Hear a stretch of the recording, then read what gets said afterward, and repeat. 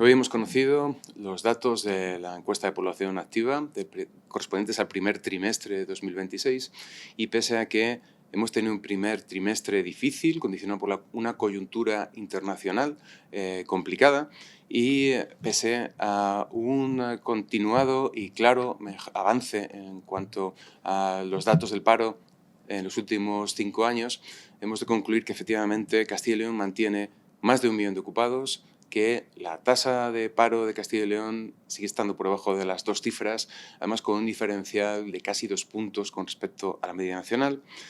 que los resultados de este primer trimestre están en el top 4 de resultados de un primer trimestre, tanto en el número de ocupados como en la tasa de paro, y que además nos encontramos con unas tasas de paro femenino que presentan un diferencial de más de 2 puntos con respecto a la media nacional, unas tasas de paro juvenil que presentan un diferencial a mejor de casi 4 puntos con respecto a la media nacional, lo cual supone que en un contexto internacional complicado que se comporte de esta manera, tanto el paro femenino como el paro juvenil supone una resiliencia por parte de Castilla y León en cuanto al mercado laboral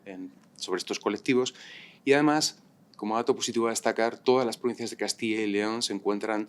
por debajo de la media nacional. Tenemos además a 4 de ellas en el top 10 de todas las provincias nacionales y la segunda de toda España en cuanto a la menor cifra de paro, que es Segovia.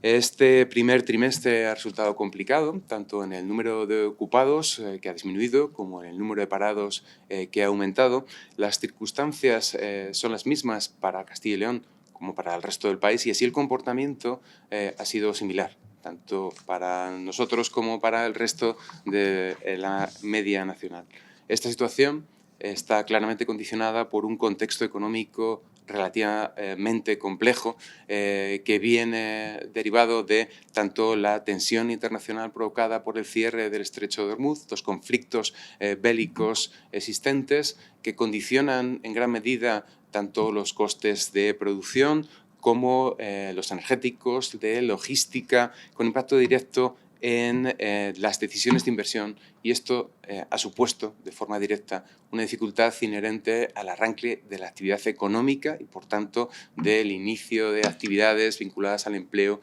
en este primer trimestre. Esto, además, se suma a la inestabilidad que ya existía derivada de las políticas arancelarias, derivada del reposicionamiento de los mercados o de la pérdida de capacidad del consumo de las familias.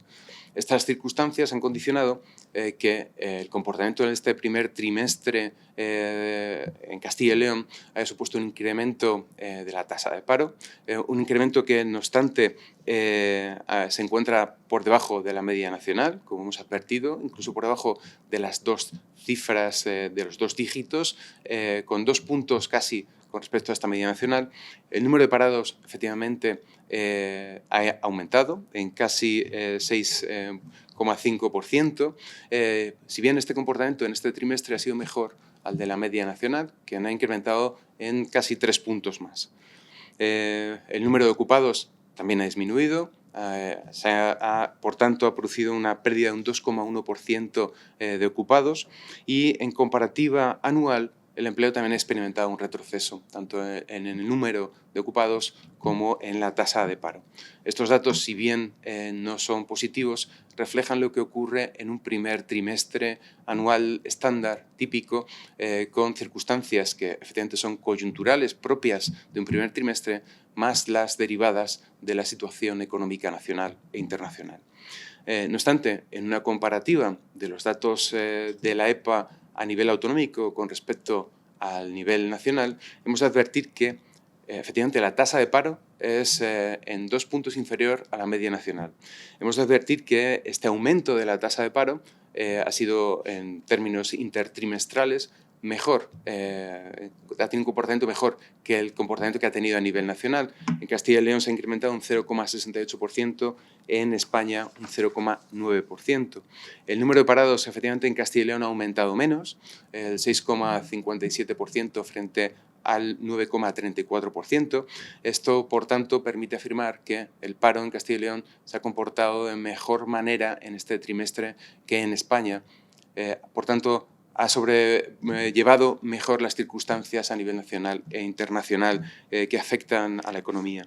Además, hay una menor brecha de género en el empleo,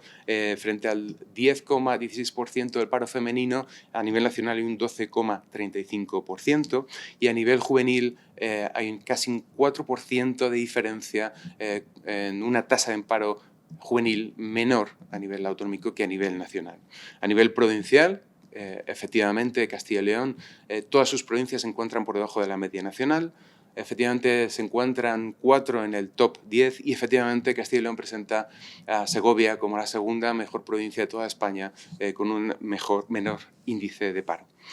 Por tanto, el paro ha subido casi 3 puntos, menos que la media del país. La tasa de paro se mantiene no alcanza las 2 cifras, se mantiene en 9,04%,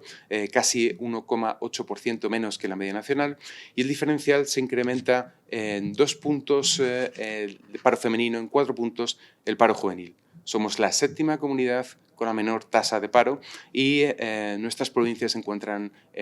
por debajo de la media nacional. Tenemos datos positivos, además, desde una perspectiva histórica, puesto que efectivamente Castilla y León mantiene el millón de ocupados, 1.030.200 ocupados, que presentan que solo ha habido 3 trimestres en toda la serie histórica desde hace 40 años que tuvieran mejores cifras. También se encuentra en el número 4 de los mejores trimestres de toda la serie histórica en cuanto a las tasas de paro. Y hay que advertir que efectivamente Castilla y León sigue presentando una tasa de paro del 9,04%, muy por debajo de las 2 cifras a nivel nacional. Estos datos confirman que, aún en un trimestre complicado, Castilla y León se encuentra en valores de empleo históricamente favorables para un primer trimestre, muy por encima de la media nacional y superando las situaciones adversas vividas en décadas anteriores. Estos datos, por tanto, suponen un bache coyuntural, una circunstancia que no parece que sea estructural, que confiamos que se supere estas circunstancias pese al incremento de la ocupación que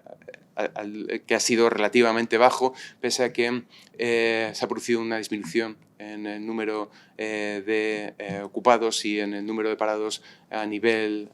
intertrimestral, y pese a todas estas circunstancias confiamos en un cambio de tendencia y que se disipen efectivamente los factores que lastran este crecimiento en términos de empleo. La Junta ya ha puesto medidas para apoyar y sobrellevar estas circunstancias en materia de empleo, 28 medidas que alcanzan casi a los 288 millones y entre ellas, muchas de ellas dirigidas a incrementar la actividad económica y a favorecer el empleo. No obstante, y pese a que el Gobierno autonómico apuesta por seguir trabajando para acompañar a las empresas y a las familias en su crecimiento, hay que advertir que hemos de pedir al Gobierno nacional que nos acompañe en esta misión, puesto que tiene herramientas que han de resultar más efectivas que las empleadas hasta ahora, tanto para que se produzcan rebajas fiscales reales, para que se produzca un alivio efectivo en los costes energéticos, en apoyo a la industria y, en última instancia, y de forma muy necesaria, unas medidas que supongan incrementar el poder adquisitivo de las familias. Solo de esta manera conseguiremos que los efectos de esta crisis no resulten duraderos para el empleo.